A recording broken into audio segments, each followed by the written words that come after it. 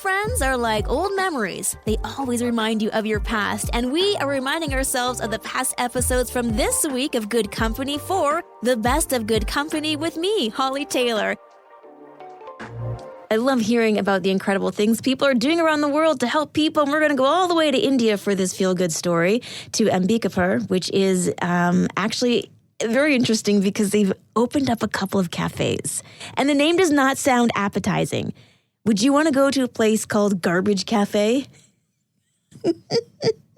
I mean, I'm not really signing up to it, but apparently it has earned the reputation as a city to not have any landfills. So as a way to be able to help people get rid of their garbage in a more safe and hygienic way, these garbage cafes are giving people an opportunity to bring in their garbage.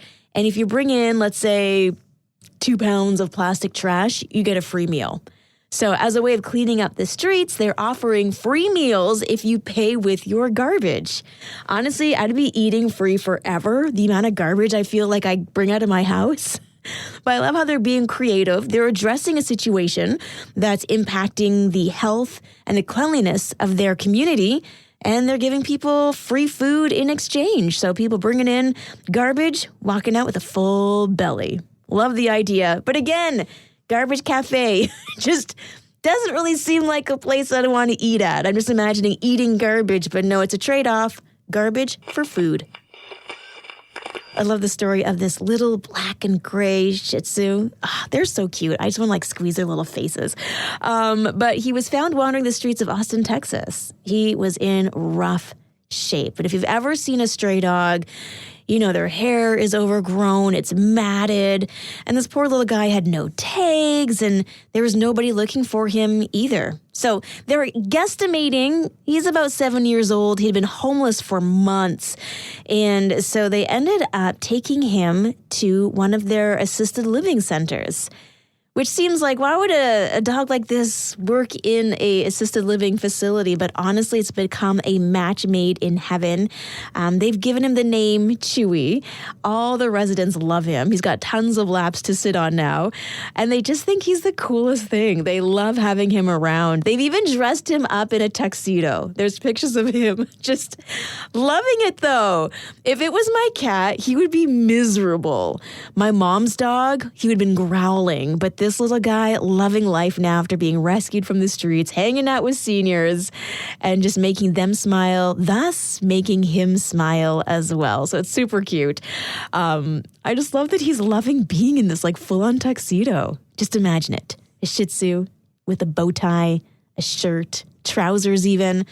It's adorable. So there we go. You just never know what new little four-legged friend might cross your path. I'm Hollie Taylor, and I love innovative ideas, taking something that's old, that's just not going to be used anymore, and making it into something that is helpful for others. And that's actually happened in India. There was an old train car they were just going to discard, but what they were able to do was bring it to life. They retrofitted it so it became a hospital on wheels so that it can bring healthcare to remote communities. And so it's going around different parts of India and being able to support those in these smaller communities where going to the hospital, getting medical attention would take forever to get there. And a lot of them just can't make the trip. So they stay there in their communities.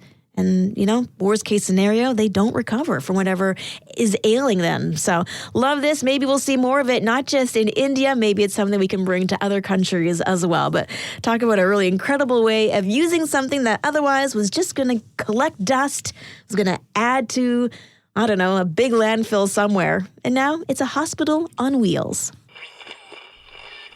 It's Hollie Taylor.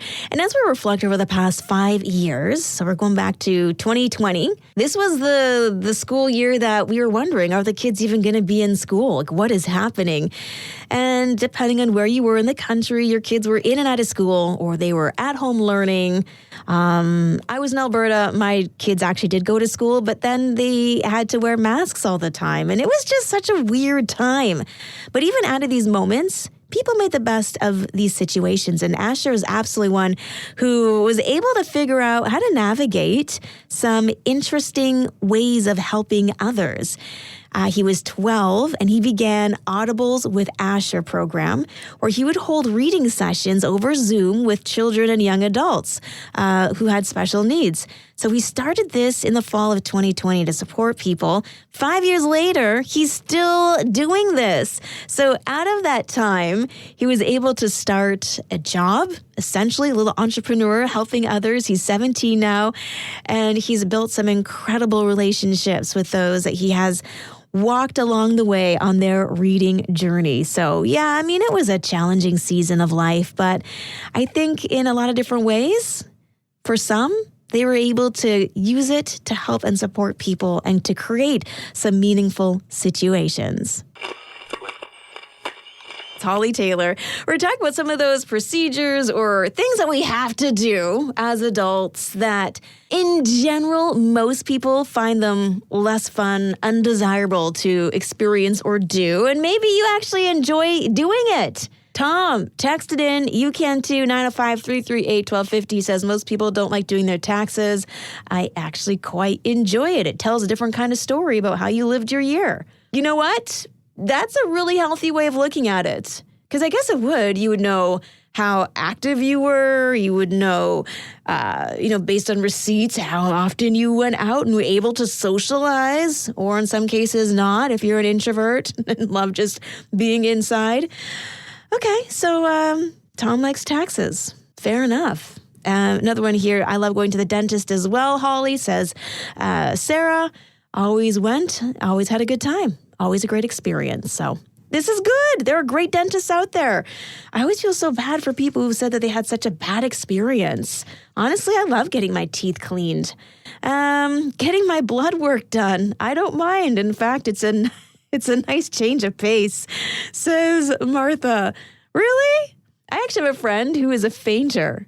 So he can't go to blood appointments alone because he always passes out. He does not enjoy it. So I don't know. Is there something that you think about when you get your blood work done that makes it not so invasive? I don't know, but sure. A change of pace, we'll go with it.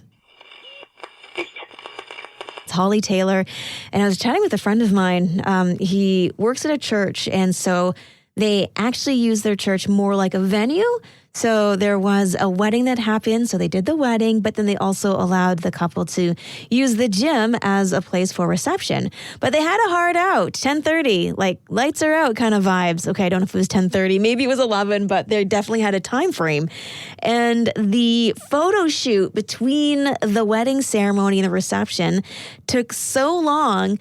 And it just didn't seem like the bridal party understood that there was a hard end. And so it got kind of awkward when essentially time was up, lights went on, and they still hadn't done the dance part of their wedding. Sometimes like events like this, get the help. Get a wedding planner. Get an event planner. That way the stress isn't on you. If it's going to be a big family event, someone else can carry that weight. So just got me thinking of some of those mishaps that have happened in weddings. I mean, me and my husband, I almost missed our wedding as we didn't get the connecting flight. Like it was just a travel disaster. In the end, everything worked out okay, but not without some blood, sweat, and tears, I'm telling you. Okay, if you got a story of some of those wedding disasters or mishaps, let me know, 905-338-1250. Was it with catering? Was it with a dress? I think every wedding has something.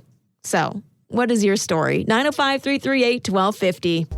Well, that's a wrap. Those are our favorite memories from this past week. Join me for more Good Company live every weekday from 4:30 till 6 p.m. here on Joy Radio. Oh, and don't forget, you can also catch up by subscribing to our Joy Radio podcast. If you'd like to join in on the conversation, text 905-338-1250. Thanks for listening. We'll see you on Monday.